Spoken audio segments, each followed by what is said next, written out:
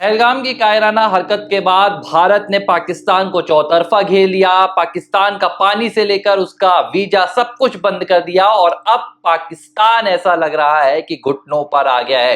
पाकिस्तान ने अपने घुटने टेकने शुरू कर दिए हैं और इसकी शुरुआत पाकिस्तान ने ये कहकर की है कि वो अब सहयोग के लिए तैयार है। पाकिस्तान अब जांच की मांग करने लगा है, लेकिन ये पाकिस्तान का सहयोग है या पाकिस्तान की एक और चाल है। इस बात को समझेंगे कि आखिर क्या कुछ हो रहा है। अंतरराष्ट्रीय दबाव में आने के बाद पाकिस्तान के ऊपर जो प्रतिबंध भारत ने लगा दिए, पाकिस्तान के साथ सिंधु जल संधि का समझौता रद्द कर दिया, अब क्या हालात बन रहे हैं और क्यों पाकिस्तान के जो डिफेंस मिनिस्टर हैं, जो रक्षा मंत्री हैं, वो दो बातें बोल रहे हैं। एक तरफ वो ये भी कबूल कर रहे हैं कि 30 सालों तक उन्होंने पाकिस्तान में आतंक को पनाह दी, पाकिस्तान आतंक का एक गढ़ बना रहा। अब दूसरी तरफ वो ये भी कह रहे हैं कि वो जांच चाहते हैं। पूरी बात को समझेंगे। नमस्कार, एबीसी हिंदी न्यूज देख रहे हैं आप, मैं हूं आर मोहन तिवारी। 22 अप्रैल को जम्मू कश्मीर के पहलगाम में आतंकी हमला हुआ। इसमें भारतीय 26 नागरिकों की जान चली गई। इस हमले को लेकर तरह तरह की बातें हुई, हिंदू मुस्लिम वाली बातें हुई, धर्म पूछकर नाम पूछा गया, कलमा पढ़ाया गया। ये सब कुछ होने के बाद भारत ने ताबड़तोड़ तरीके से एक्शन लेने शुरू कर दिए। भारत ने पाकिस्तान को कूटनीतिक मैदान पर जमकर रगड़ा मारा है और ऐसा रगड़ा मारा है कि पूरे पाकिस्तान में फिलहाल हाहाकार मचा हुआ है।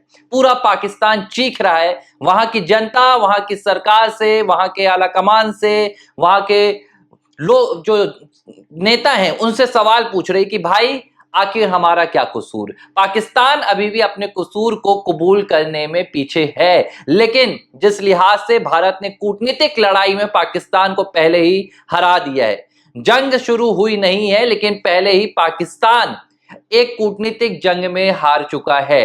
अब क्यों मैं ऐसा कह रहा हूं, ये बात आप समझिए। पाकिस्तान के रक्षा मंत्री हैं, डिफेंस मिनिस्टर हैं ख्वाजा मोहम्मद आसिफ। ख्वाजा मोहम्मद आसिफ अब इस बात के लिए तैयार हो गए। वो पाकिस्तान जो अब से 3 दिन पहले भारत के साथ शिमला समझौता रद्द कर रहा है, भारत के नागरिकों का वीजा रद्द कर रहा है, भारत के डिप्लोमेट जो है उन्हें भारत में वापस भेजने का पैगाम जारी कर रहा है, फरमान सुना रहा है, अब खुद पाकिस्तान बैकफुट पर आ गया है। पाकिस्तान के डिफेंस मिनिस्टर ख्वाजा मोहम्मद आसिफ, उन्होंने ये पेशकश की है कि पाकिस्तान चाहता है कि भारत के जो आरोप पाकिस्तान पर लगे हुए हैं उसकी जांच हो जाए। हालांकि यही पाकिस्तान की एक चाल है, यही पाकिस्तान की एक सबसे गंदी चाल है जो वो हर बार चलता है।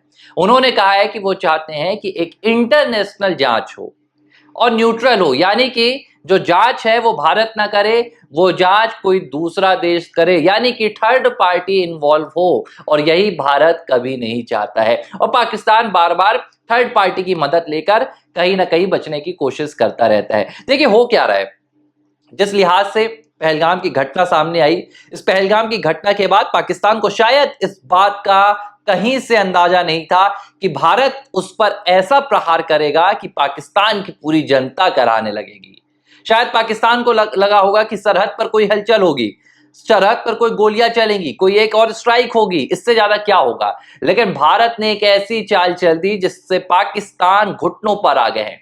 भारत ने पाकिस्तान के साथ सबसे अहम सिंधु जल संधि को निलंबित कर दिया। अब इसके बाद क्या हो रहा है, देखिए पाकिस्तान में सिंधु जल संधि के निलंबित होने के बाद हर तरफ हाहाकार मचा है। सरकार से लेकर सेना और सेना से लेकर आवाम तक इस बात से अब घबराए हुए हैं कि हमारा क्या होगा।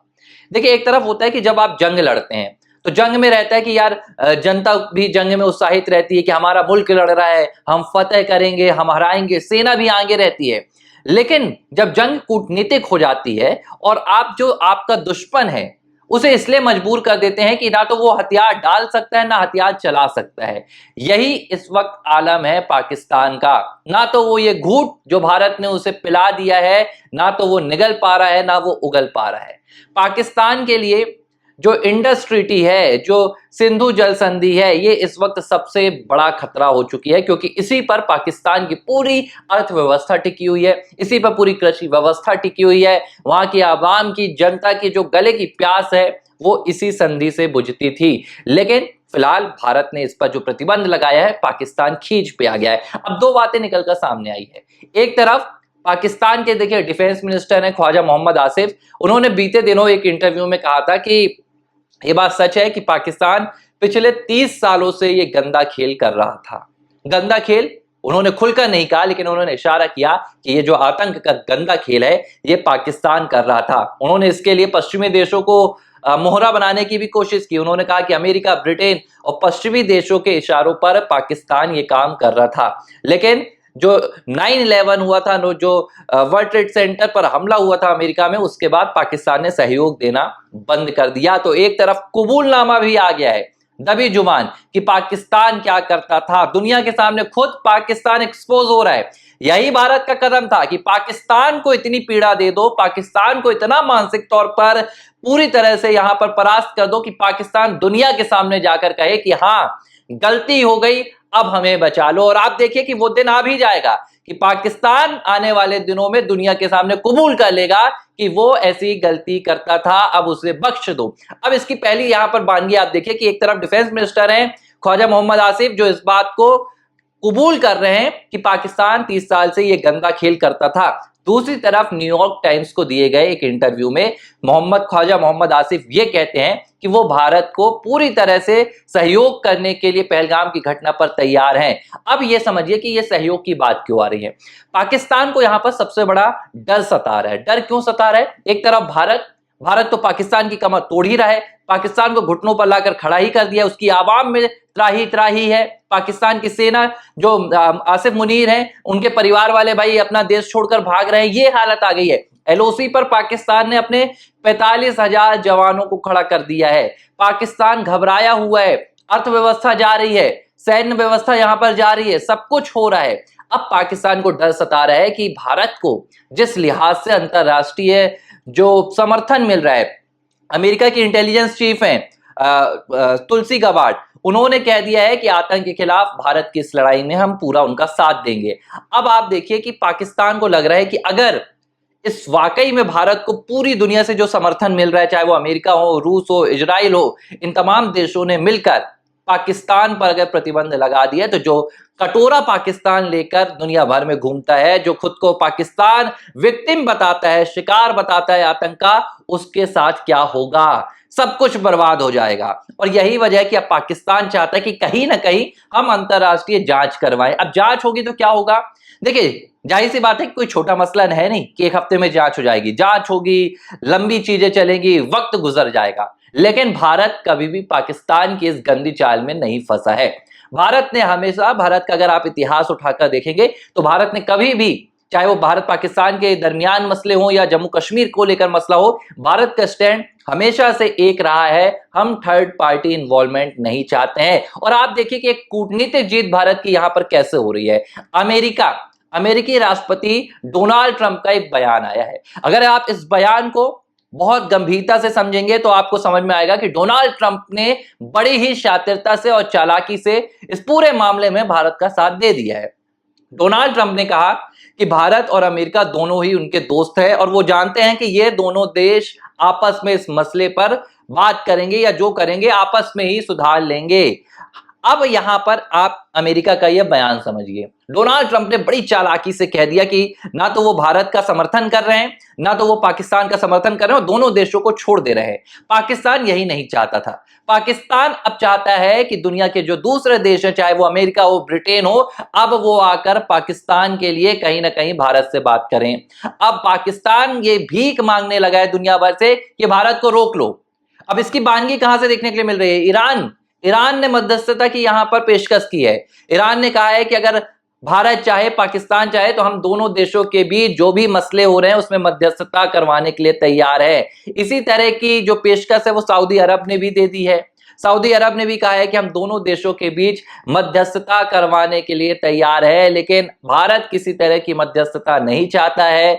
भारत पूरी तरह से पाकिस्तान से बातचीत करने से इनकार कर चुका है। भारत ने यहां तक कि जो डिप्लोमेट्स हैं अपने, वो तक बुलाने के लिए तैयार हो गए। जो पाकिस्तान के उच्चायुक्त है उसे खाली कराने की पूरी पहले से ही घोषणा कर दी गई है। यानी कि अब पाकिस्तान बुरी तरह फंस चुका है। एक तरफ अंतरराष्ट्रीय प्रेशर जो पाकिस्तान पर बढ़ता जा रहा है, दूसरी तरफ पाकिस्तान को अब ये डर सता रहा है कि अगर भारत ने हमला कर दिया तो वो पूरी तरह से बर्बाद हो जाएगा, कहीं का नहीं रहेगा। इस बीच एक और बड़ी रिपोर्ट निकलकर सामने आई है। अब तक जो टीआरएफ इस पूरे हमले की जिम्मेदारी लेकर खुद को दुनिया का सबसे बड़ा दहशतगर्द बताने की कोशिश कर रहा था, 4 दिनों के अंदर टीआरएफ अपने बयान से पलट गया है। द रेसिस्टेंट फ्रंट जो एलईटी का एक ग्रुप है, अब उसने ये कहा है कि उसका अकाउंट हैक हो गया था, उसका पहलगाम के इस हमले में कोई भी हाथ नहीं है। तो पूरी कहानी आप समझिए, टीआरएफ का हाथ पीछे करना, पाकिस्तान के रक्षा मंत्री का ये कहना कि हम सहयोग के लिए तैयार हैं, हम जांच चाहते हैं, दूसरी तरफ रक्षा मंत्री का यह स्वीकार कर लेना कि 30 सालों तक पाकिस्तान ने यह गंदा खेल किया। मतलब साफ है, पाकिस्तान अब घुटनों पर आ चुका है और पाकिस्तान इशारों इशारों में दुनिया भर से ये अब भीख मांगने लगा है कि भारत को रोक लो, भारत से अपील कर लो कि कोई देश आ जाए और भारत को अब हमला करने से रोक ले, भारत को आक्रमण करने से रोक ले। क्योंकि अगर पाकिस्तान इस वक्त जिस स्थिति में है, घरेलू चाहे वो गृह युद्ध से जूझ रहा है, आर्थिक व्यवस्था से जूझ रहा है, पाकिस्तान में राजनीतिक अस्थिरता है, और अगर इस वक्त युद्ध होता है तो पाकिस्तान शायद दुनिया के नक्शे में महज एक नाम बनकर रह जाए। और यही वजह है कि अब पूरी तरह से पाकिस्तान घुटनों पर आकर ये सहयोग की बातें कर रहा है, लेकिन भारत इस बात पर कभी भी यहां पर एग्री नहीं होगा। भारत का स्टैंड हमेशा से साफ रहा है कि जो भारत के आंतरिक मुद्दे हैं वो भारत अपने से हल करेगा, उसमें भारत को कोई भी अंतरराष्ट्रीय सहयोग या किसी थर्ड पार्टी का इन्वॉल्वमेंट नहीं चाहिए। ये बात खुद विदेश मंत्री जयशंकर कई बार बोल चुके हैं कि कश्मीर के मसले पर या भारत की आंतरिक सुरक्षा के मसले पर हम कभी भी थर्ड पार्टी इन्वॉल्वमेंट नहीं चाहते हैं। और पाकिस्तान ने शिमला समझौता रद्द कर तो वो तमाम उम्मीदें भी खत्म कर दी हैं कि भारत किसी भी तरह से बातचीत करेगा। तो पाकिस्तान की अब उल्टी गिनती शुरू हो चुकी है और क्या रंग बदलेगा पाकिस्तान, ये भी आगे पता चलेगा। एबीसी हिंदी न्यूज, आज ही जुड़िए हर खबर के साथ।